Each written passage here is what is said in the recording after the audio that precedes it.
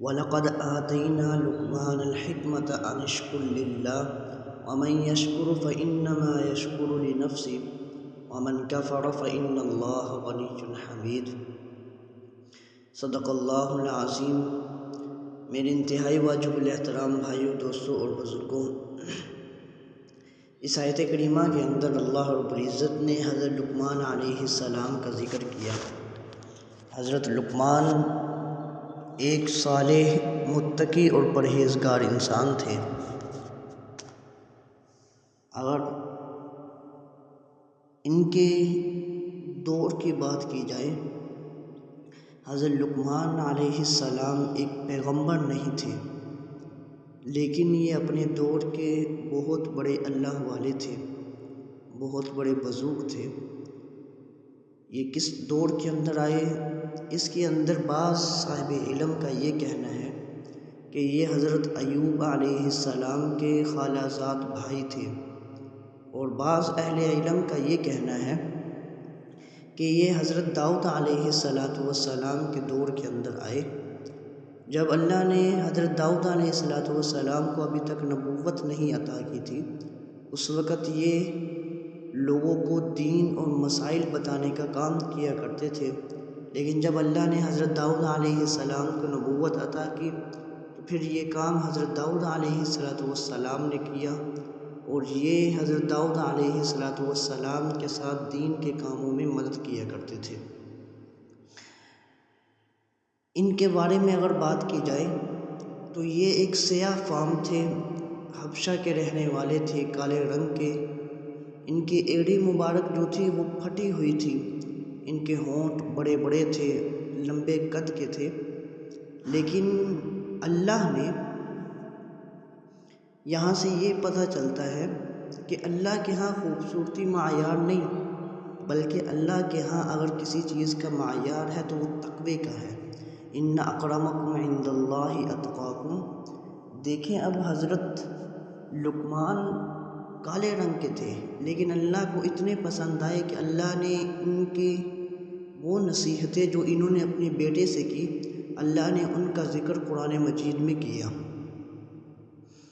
حضرت سعید بن مسیب رحمہ اللہ علیہ اگر کسی سیاہ فام انسان کو دیکھتے تو ان کو تسلی دیا کرتے تھے، فرمایا کرتے تھے کہ پوری دنیا کے اندر جتنے بھی کالے رنگ کے انسان گزرے، ان میں سے 3 انسان ایسے تھے جن سے اللہ نے بہت محبت کی، حضرت لقمان علیہ السلام اور حضرت بلال حبشی رضی اللہ تعالی عنہ اور حضرت عمر بن خطاب رضی اللہ تعالی عنہ کے غلام مہجہ۔ یہ 3 انسان جو کالے رنگ کے تھے لیکن اللہ کو بہت زیادہ محبوب تھے۔ حضرت لقمان علیہ السلام، حضرت لقمان کے بارے میں آتا ہے کہ ایک دفعہ مسند کے اوپر بیٹھ کر یہ لوگوں کو درس دے رہے تھے، لوگوں کا بہت مجمع تھا، سامنے سے ایک بکریاں چرانے والا گزرا، تو جب اس نے حضرت لقمان کو دیکھا، غور سے دیکھا، تو وہ حضرت لقمان کے پاس آئے اور کہنے لگے کہ آپ تو وہ ہیں جو میرے ساتھ بکریاں چرایا کرتے تھے، اللہ نے آپ کو اتنی عزت کیسے دے دی؟ وہ کہنے لگے کہ حضرت لقمان فرمانے لگے کہ میں نے چند چیزوں کو اپنی زندگی میں لایا تو اللہ نے مجھے عزت دے دی۔ فرمانے لگے کہ پہلی چیز یہ ہے کہ کبھی بھی میں نے جھوٹ نہیں بولا، ہمیشہ سچ بولا، میں نے امانت کے اندر کبھی خیانت نہیں کی، میں نے اپنی نظروں کی حفاظت کی، بے نظری نہیں کی، جن چیزوں کو اللہ نے حرام قرار دیا میں نے ان چیزوں سے پرہیز کیا، جن کاموں کا اللہ نے حکم دیا میں نے ان کاموں کو کیا، تو اللہ نے مجھے اتنی عزت دے دی۔ حضرت لقمان شروع کے اندر ایک مالک کے غلام تھے، ان کی خدمت کیا کرتے تھے۔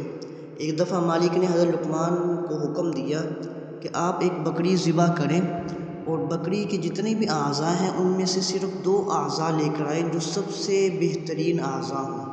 حضرت لقمان نے بکری کو ذبح کیا، بکری کے دل اور اس کی زبان کو نکالا، اپنے مالک کے سامنے جا کر رکھ دیا، تو تھوڑے عرصے کے بعد پھر مالک نے کہا کہ آپ ایک بکری کو ذبح کریں اور اس بکری کے جتنے بھی اعضاء ہیں ان میں سب سے بدترین 2 اعضاء آپ میرے پاس لے کر آئیں۔ حضرت لقمان نے پھر بکری کو ذبح کیا، پھر دل اور زبان کو نکالا، پھر لا کر اپنے مالک کے سامنے رکھ دیا۔ مالک بہت تعجب کے اندر کہنے لگا کہ آپ کو میں نے کہا کہ بہترین اعضاء لے کر آئے، آپ دل اور زبان لے کر آ گئے۔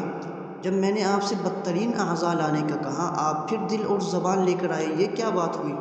حضرت لقمان فرمانے لگے کہ انسان کے اعضاء میں سے یہ 2 اعضاء دل اور زبان یہ ایسے ہیں کہ اگر یہ اچھے ہو جائیں تو یہ پورے سارے اعضاء میں سے سب سے بہترین اعضاء ہیں۔ اگر یہ خراب ہو جائے، دل کے اندر غلط وسوسوں کا آنا، زبان کے اوپر لاعیانی باتوں کا آنا، اگر یہ 2 چیزیں خراب ہو جائیں تو انسان کے اعضاء میں سب سے بدترین اعضاء یہی ہیں۔ تو ان کو یہ بات اتنی پسند آئی، انہوں نے حضرت لقمان کو آزاد کر دیا۔ یہ ہے حضرت لقمان جن کا ذکر اللہ نے قرآن مجید کے اندر کیا۔ وَلَقَدْ آتَيْنَا لُقْمَانَ الْحِكْمَةَ، اللہ رب العزت کیا فرمانے، لقمان ہم نے آپ کو حکمت عطا کی۔ وَمَن يَشْكُرْ فَإِنَّمَا يَشْكُرُ لِنَفْسِهِ، آپ ہمارا شکر ادا کریں، جو شکر ادا کریں گے اس کے اندر آپ ہی کا فائدہ ہوگا، لنفسه، آپ کے اپنے ہی نفس کا فائدہ ہوگا۔ وَمَن كَفَرَ فَإِنَّ اللَّهَ غَنِيٌّ حَمِيدٌ، اور اگر آپ ناشکری کریں گے تو میں حمید ذات ہوں، مجھے فرق نہیں پڑے گا۔ تو اس سے یہ معلوم ہوتا ہے کہ اگر اللہ کا انسان شکر ادا کرے تو اللہ رب العزت تو وہ انسان اپنے ہی فائدے کے لیے اس کا شکر ادا کرنا ہوگا۔ اگر اللہ کی ناشکری کرے گا تو اس کے اندر اللہ رب العزت کو کوئی فرق نہیں پڑے گا۔ اللہ رب العزت کی بادشاہت کے اندر رائی کے دانے کے برابر بھی فرق نہیں پڑے گا۔ تو اس سے اللہ نے حضرت لقمان کو کیا حکم دیا کہ آپ شکر ادا کریں، کس بات پر کہ ہم نے جو آپ کو عقل والی نعمت دی۔ تو انسان کی یہ عقل یہ بہت بڑی اللہ کی نعمت ہے۔ اگر انسان ساری زندگی لگا کر اس نعمت کا شکر ادا کرنا چاہے، شکر ادا نہیں ہو سکتا۔ آپ نے پاگل خانوں کے اندر جا کر دیکھیں، بہت سارے امیر زادے آپ کو ایسے ملیں گے، لیکن ان کے پاس مالدار ہونے کے باوجود ان کے پاس عقل والی نعمت نہیں، تو وہ آگے پیچھے بھاگ رہے ہوں گے، دیواروں کے اندر سر پٹک رہے ہوں گے۔ یہ کیا ہے؟ یہ عقل والی نعمت نہیں۔ تو اس لیے اللہ نے ہمیں جو یہ عقل دی، یہ اللہ کی بہت بڑی نعمت ہے۔ اس سے آگے پھر اللہ نے ان نصیحتوں کا ذکر کیا جو حضرت لقمان نے اپنے بیٹے سے نصیحتیں کی۔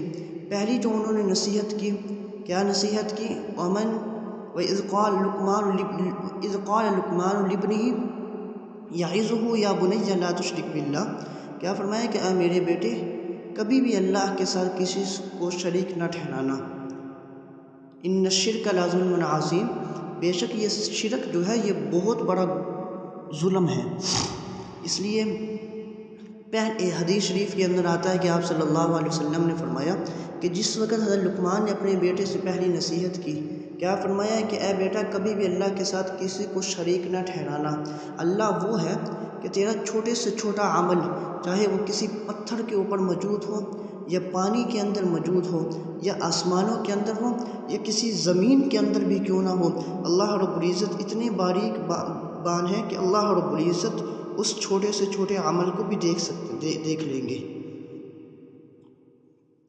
پہلی جو نصیحت کی حضرت لقمان نے وہ کیا کی کہ کبھی بھی اللہ کے ساتھ کسی کو شریک نہ ٹھہرانا۔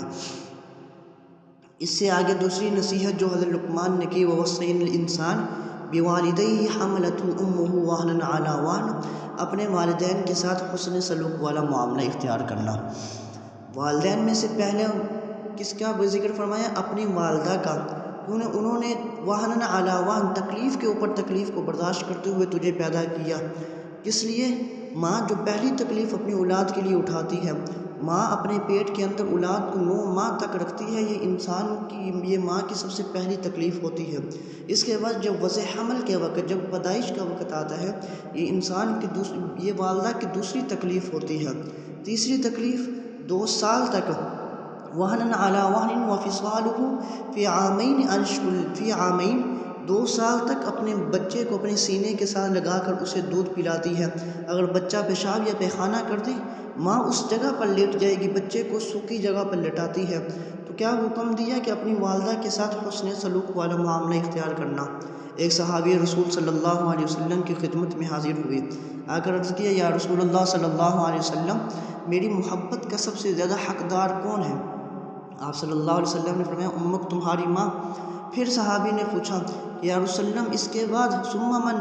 آپ صلی اللہ علیہ وسلم نے فرمایا امک تمہاری ماں۔ تیسری دفعہ یہ سوال کیا ثم من؟ آپ صلی اللہ علیہ وسلم نے فرمایا کہ تمہاری ماں۔ پھر صحابی نے چوتھی دفعہ جب سوال کیا آپ صلی اللہ علیہ وسلم نے فرمایا ابوک تمہارا باپ۔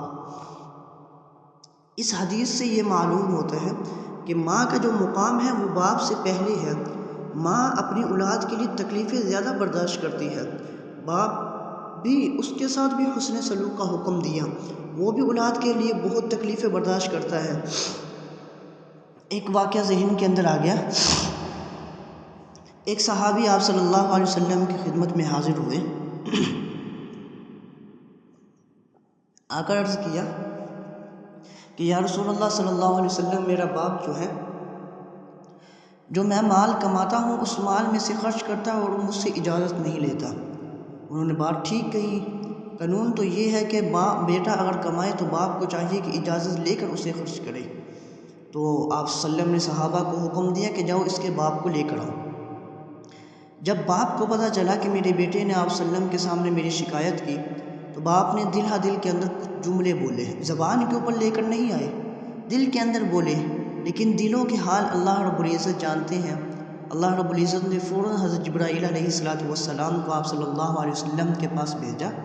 آپ صلی اللہ علیہ وسلم سے آ کر حضرت جبرائیل فرمانے لگے کہ اللہ رب العزت فرمانے کہ آپ ان سے یہ پہلے پوچھیں کہ انہیں اپنے دل کے اندر جو الفاظ بولے آپ وہ الفاظ پہلے سنیں، اگلی بات بعد میں کیجیے گا۔ آپ صلی اللہ علیہ وسلم نے فرمایا کہ آپ نے میرے دل کے اندر جو بات کی آپ اس کا ذکر کریں۔ تو وہ باپ کہنے لگا کہ یا رسول اللہ صلی اللہ علیہ وسلم جب مجھے پتہ چلا کہ اس نے میری شکایت آپ کے سامنے کی ہے تو فوراً میرے دل کے اندر یہ بات آئی کہ جب یہ پیدا ہوا تھا ہم نے اپنے لیے جینا چھوڑ دیا تھا، جب یہ پیدا ہوا تھا ہم نے اپنے لیے جینا چھوڑ دیا تھا، ہم نے اسے راحت پہنچانے کے لیے تکلیفوں سے ٹکر لی تھی، تجھے گرم کرنے کے لیے ٹھنڈی ہواؤں سے ہم نے جنگ کی، تجھے ٹھنڈک پہنچانے کے لیے گرم ہواؤں سے ہم نے ٹکر لی، تجھے سلانے کے لیے ساری رات ہم جاگے رہے، یہاں تک کہ اگر تجھے کبھی بخار بھی ہو گیا تو ساری رات تیرے سرہانے کبھی تیری ماں بیٹھ کر دعائیں کیا کرتی تھی اور کبھی میں بیٹھ کر تیری تندرستی کی دعائیں کیا کرتا تھا، اور وہ تیری ایک بیماری ہمارے دل کے اندر ہزاروں شک پیدا کر دیا کرتی تھی کہ کہیں ہماری اولاد اسی بیماری کی وجہ سے فوت نہ ہو جائے۔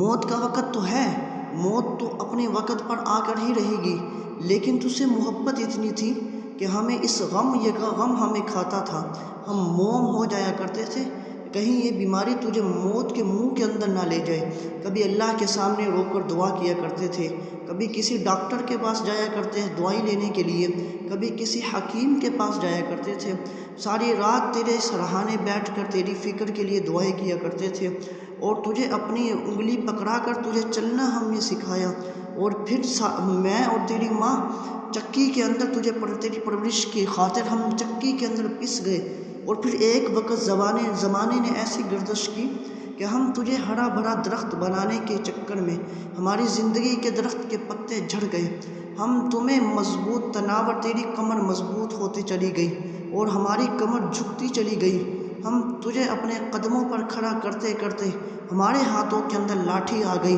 تمہارے سر کے اوپر جوانی کے سیاہ بال آنا شروع ہو گئے اور ہمارے سر کے اوپر ہم بڑھاپے کے سفید بال آنا شروع ہو گئے، ہم نے ساری زندگی جو کمایا وہ صرف اور صرف تیرے لیے کمایا، تو پیدا ہوا تو ہم نے اپنے لیے جینا چھوڑ دیا، صرف اور صرف اس لیے کہ ایک وقت ایسا آئے گا جس طرح ہم اپنی اولاد کی فکر کر رہے ہیں ہماری اولاد بھی اسی طرح فکر کرے گی، جس طرح ہماری اولاد بیمار ہے ہم ان کے لیے دعا کر رہے ہیں، ایک وقت بڑھاپے کے اندر ایسا آئے گا کہ ہم بیمار ہوں گے ہماری اولاد ہمارے لیے فکر کرے گی۔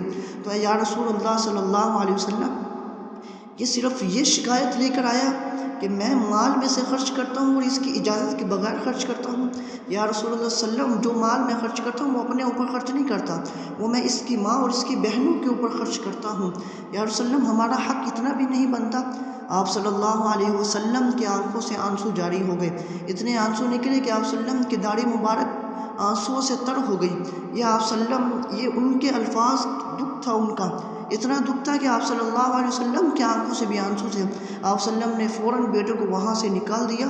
تو اس سے یہ میرے بھائی، والدین اپنی اولاد کی بہت فکر کرتے ہیں، اولاد کو بھی چاہیے کہ اپنے والدین کے ساتھ حسن سلوک والا معاملہ اختیار کرے۔ حضرت لقمان نے پہلی جو نصیحت کی وہ کیا کی کہ اللہ کے ساتھ کسی کو شریک نہ کرنا بیٹا۔